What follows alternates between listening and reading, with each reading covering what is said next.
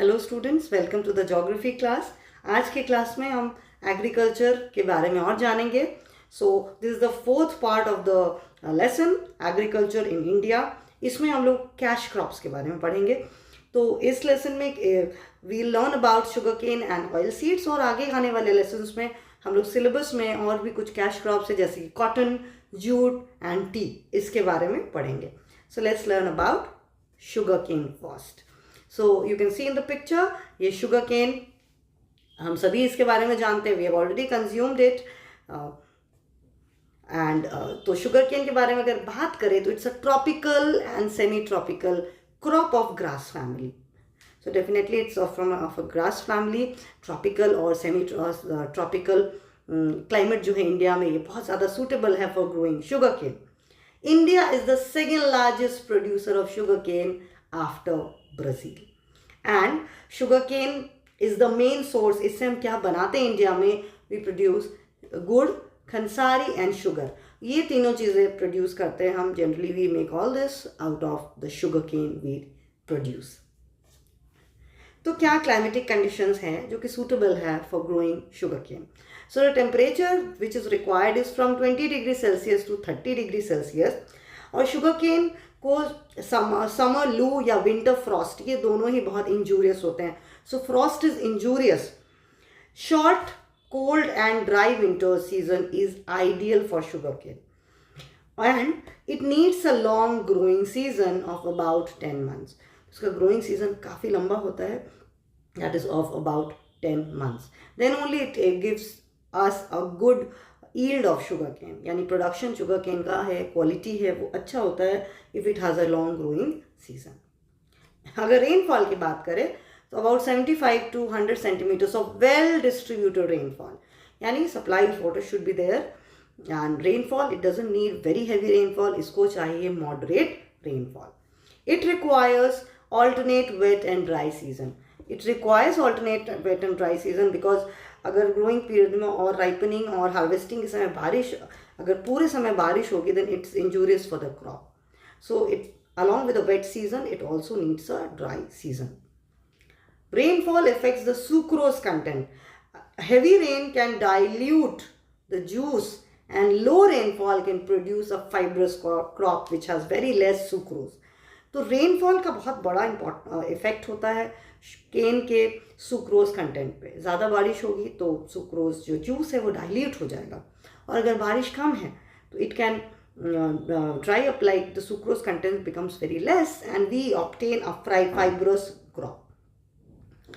अगर हम सॉइल की बात करें तो इस तरह का सॉइल चाहिए which can retain moisture, which is deep, well drained, and so loamy soil is ideal for sugarcane.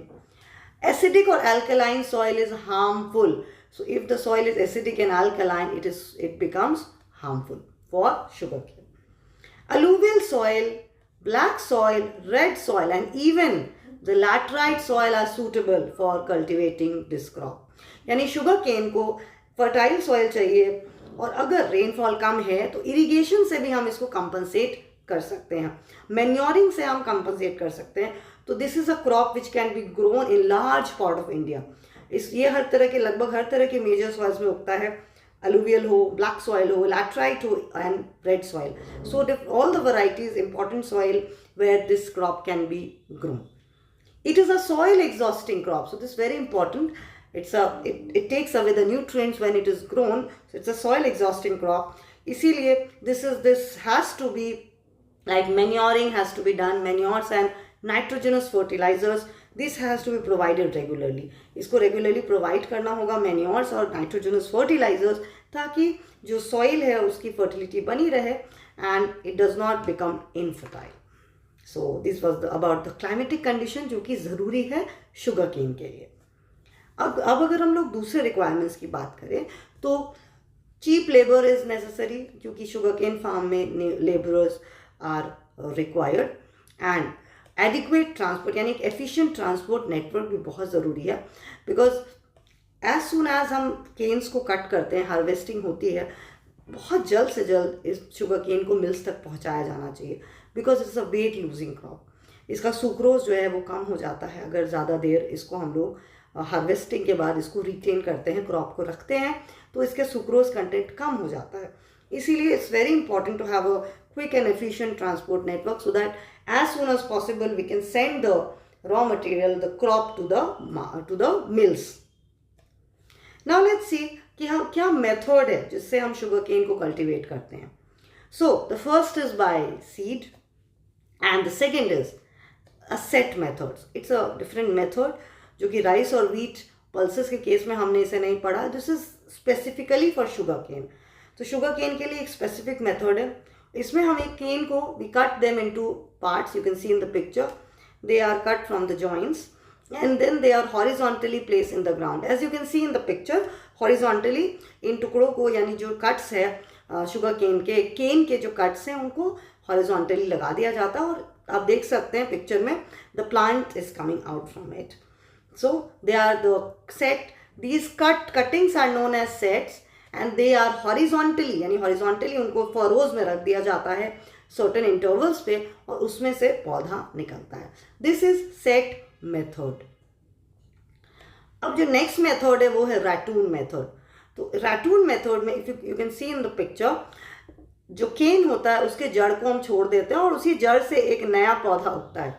इस तरह से हम 2-3 बार इस प्रोसेस को रिपीट करके 2-3 पौधा यानी 2-3 crops can be gained from the same root. यानी रूट को हम वी डू नॉट अपरूट यानी पूरे रूट को हम नहीं निकालते हैं पहली फसल के बाद. रूट को छोड़ दिया जाता है और उस रूट में से जब दूसरा पौधा तीसरा पौधा निकलता है then we call it ratoon crop. First crop is the crop original crop and then जब उसके जड़ से दूसरा क्रॉप आता है we call it ratoon crop. This is called ratooning और ratoon method. In this method the sugar cane is cut leaving the root intact in the soil. The ratoon crop is the second crop or any other succession crop. Maximum 3 crops are extracted. ठीक है, 3 से ज़्यादा crop हम extract नहीं करते हैं because the old root no longer gives a good yield. और जितनी बार हम क्रॉप्स नेक्स्ट क्रॉप आता है वो क्रॉप और ज़्यादा प्रोन हो जाता है to pest and diseases. So we can not extract many crops, maximum 3 as ratoon crops. अगर हम रैटून मेथड के एडवांटेजेस की बात करें तो crop need not to be planted again. Already field तैयार है, रूट्स आर देयर, सो बस उसमें से शूट आता है और नया क्रॉप मिल जाता है. So there is very less investment may be on manuring and fertilisation. Otherwise farmer का इन्वेस्टमेंट जो है बहुत कम होता है. Ratoon matures earlier. The ratoon crop matures earlier and the cost of production no doubt is less. क्योंकि पहले से फील्ड तैयार हो चुका है, रूट्स है, को बीज लगाने की ज़रूरत नहीं है. The farmer is ready with the field, just with little manuring and fertiliser he can get a new crop. अगर डिसएडवांटेजेस की बात करें तो it yields thinner canes with low sucrose content.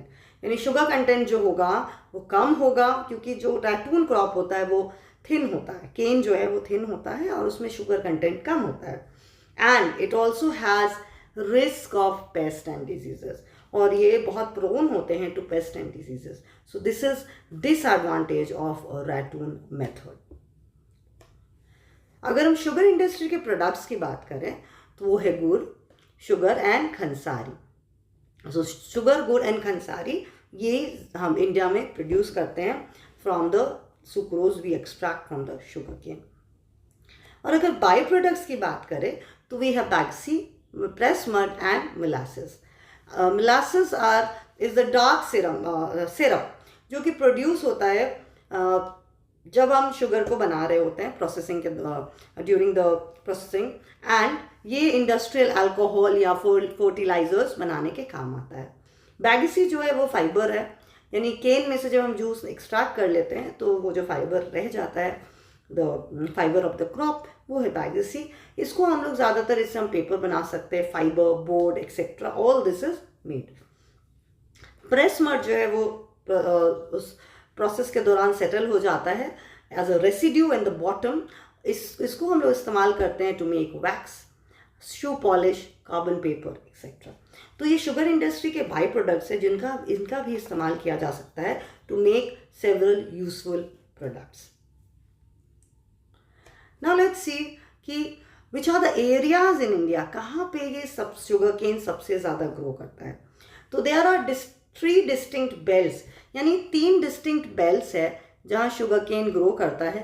सबसे पहले Sutlej Ganga plain in the north, the black soil belt from Maharashtra to Tamil Nadu and the coastal Andhra Pradesh and Krishna valley. तो ये तीनों रीजन्स जो इंडिया में नॉर्थ में भी है रीजन और साउथ में भी है.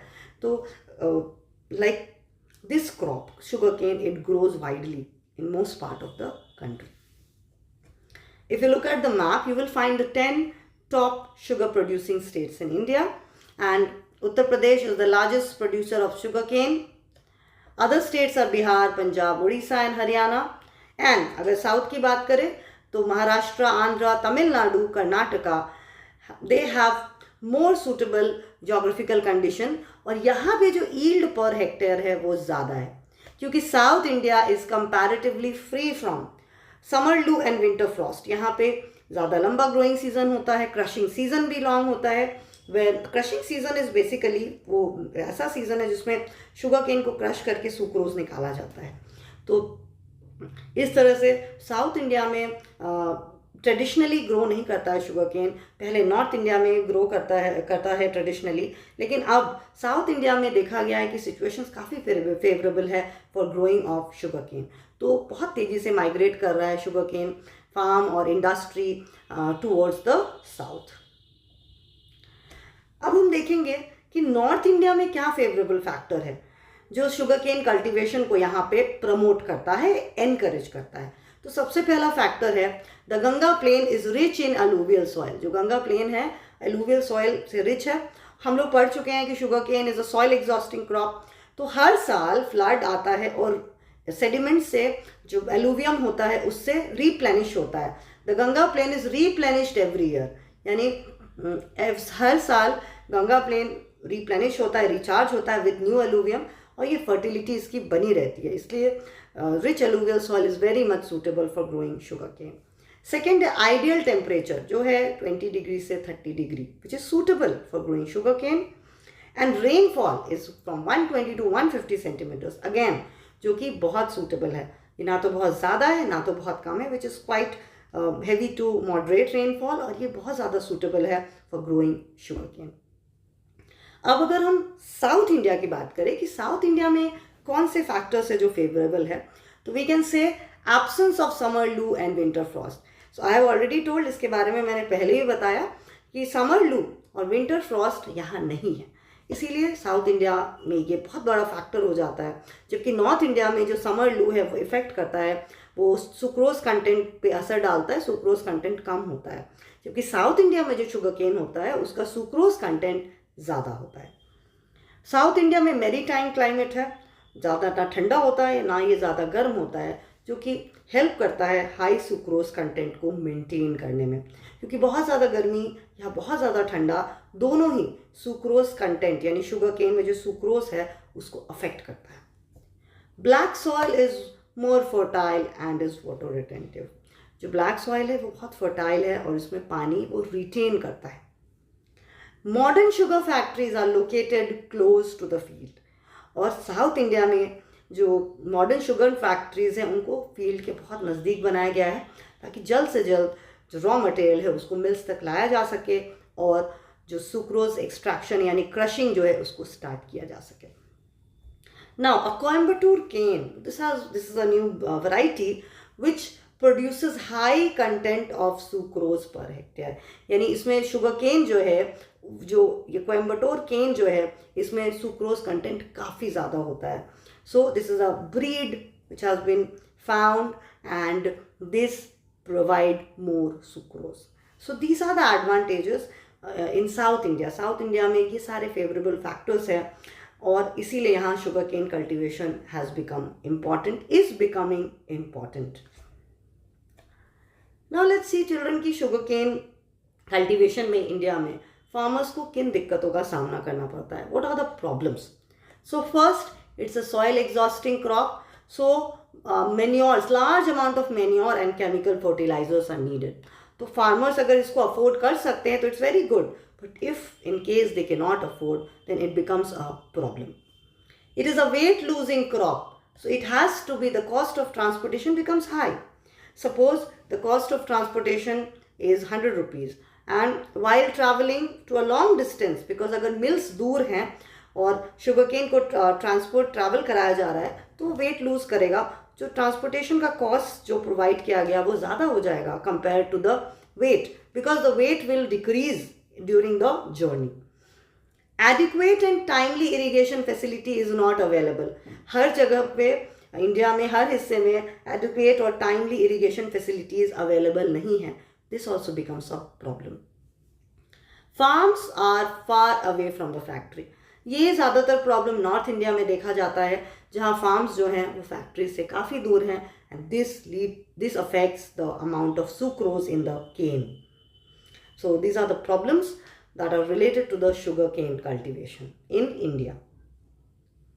Now अगर हम रेमेडीज़ की बात करें तो कुछ रेमेडीज़ लिए गए हैं, mean steps have been taken कि इन प्रॉब्लम्स को, शुगरकेन कल्टीवेशन से रिलेटेड जो प्रॉब्लम्स है इनको कम किया जा सके. तो सबसे पहला है कि several fertiliser plants have been set up. बहुत सारे फर्टिलाइजर बनाने वाले प्लांट्स को सेटअप किया गया है क्योंकि sugarcane is a soil exhausting crop. तो फार्मर्स की जो डिमांड है फर्टिलाइजर्स की, उसको पूरा करने के लिए बहुत सारे फर्टिलाइजर्स प्लांट को सेटअप किया गया है. मल्टीपर्पज़ प्रोजेक्ट्स और रिजर्वॉयर्स को कंस्ट्रक्ट किया जा रहा है ताकि पानी का सप्लाई जो है वो रेगुलर हो सके, इरिगेशन फैसिलिटीज़ प्रोवाइड की जा सके ताकि शुगरकेन कल्टीवेशन सफ़र नहीं करे. Loans are being provided to farmer to for construction of tube wells and for buying seeds. तो इसका भी प्रोविज़न किया गया लोन्स का, ताकि फार्मर्स को ट्यूबवेल्स कंस्ट्रक्ट कराने में और सीड्स खरीदने में मदद मिल सके. So these are the remedies. Now children, we have learned about sugarcane. जो नेक्स्ट क्रॉप है, कैश क्रॉप, जिसके बारे में हम पढ़ेंगे वो है oil seeds. So there are so different types of seeds. It provide, we extract oil from them. इसमें से कुछ एडिबल होते हैं और कुछ नॉन एडिबल होते हैं. तो इसमें से हम वेजिटेबल ऑयल एक्सट्रैक्ट कर सकते हैं. ऑयल इंडस्ट्री लाखों लोगों को एम्प्लॉयमेंट प्रोवाइड करता है, and one of the most important is we earn a lot of foreign exchange. तो ये सारे फायदे हैं, इंपॉर्टेंस है ऑयल सीड्स के.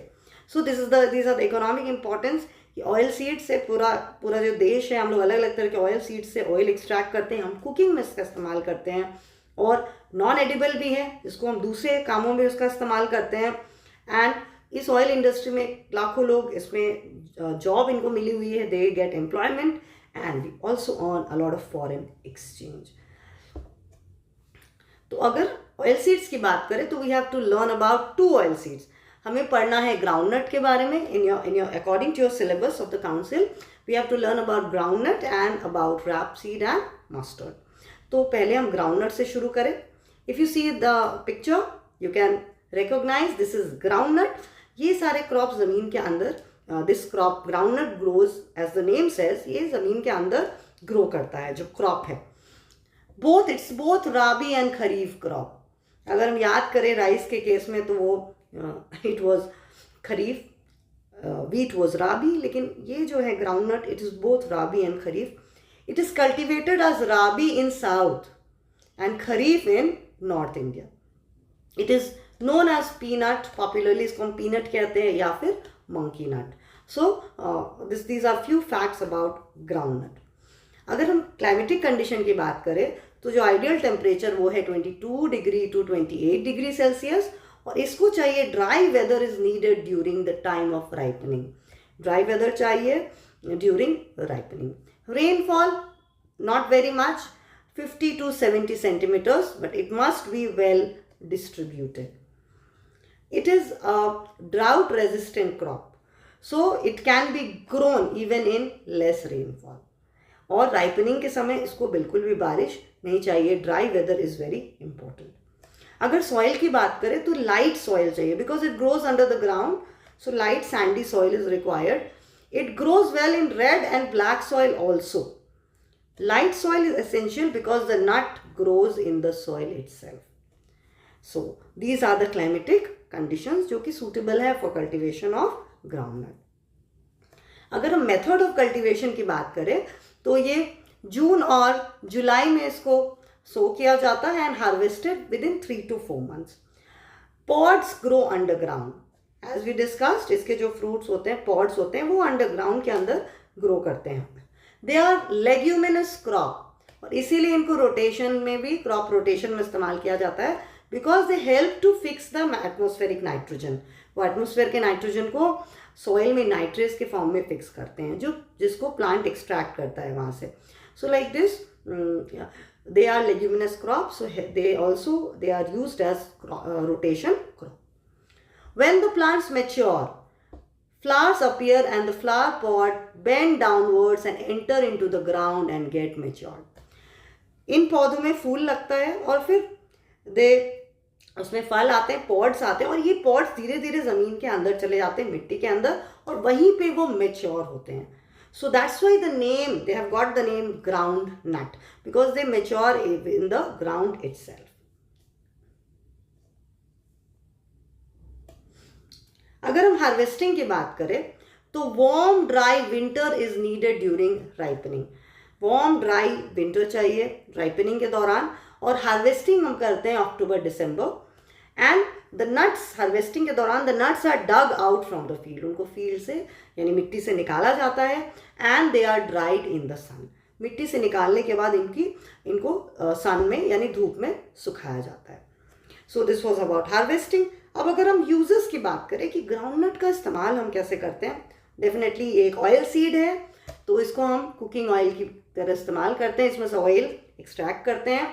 It is used for manufacturing artificial leather, soap and margarine. Margarine is just like butter but with vegetable oil. It is made with vegetable oil. And it's the residue left after crushing the nuts form excellent cattle feed. ये जो fibre होता है जो रह जाता है after crushing, taking out the oil extract करने के बाद जो रह जाता है fibre, that is an excellent cattle feed.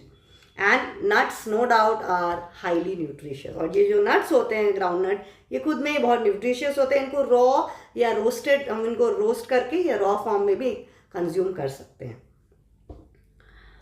Now which are the areas where they are produce. तो ये एक्सटेंसिवली साउथ इंडिया में ग्रो करते हैं, पेनिनसुलर इंडिया में, गुजरात, तमिलनाडु, आंध्र प्रदेश, तेलंगाना और कर्नाटका ऐसे स्टेट्स हैं जहाँ ग्राउंड नट अबंडेंटली ग्रो करता है.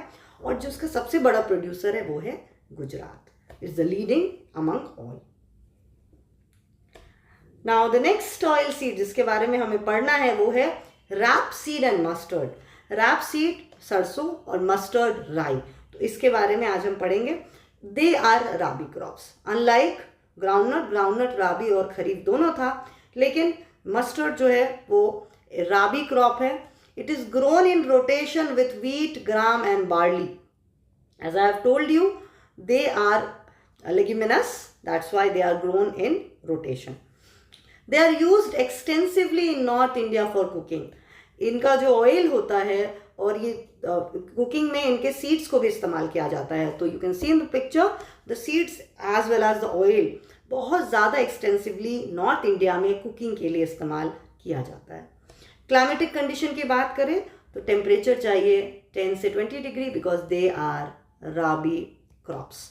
दे are winter crops, so they need less temperature. Rainfall 50 to 100 centimeter and they grow very well in the alluvial soil.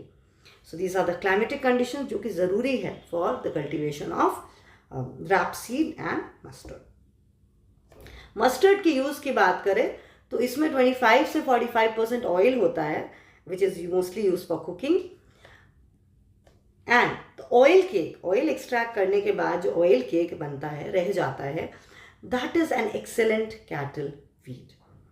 सरसों leaves are, जो सरसों का leaves है, it is very much used for making a popular dish, that is sarson da saag in Punjab and Uttar Pradesh. So I think most North India, most of the people, we consume sarson ka saag, and that is also a very nutritious food, and it is included in North Indian diet.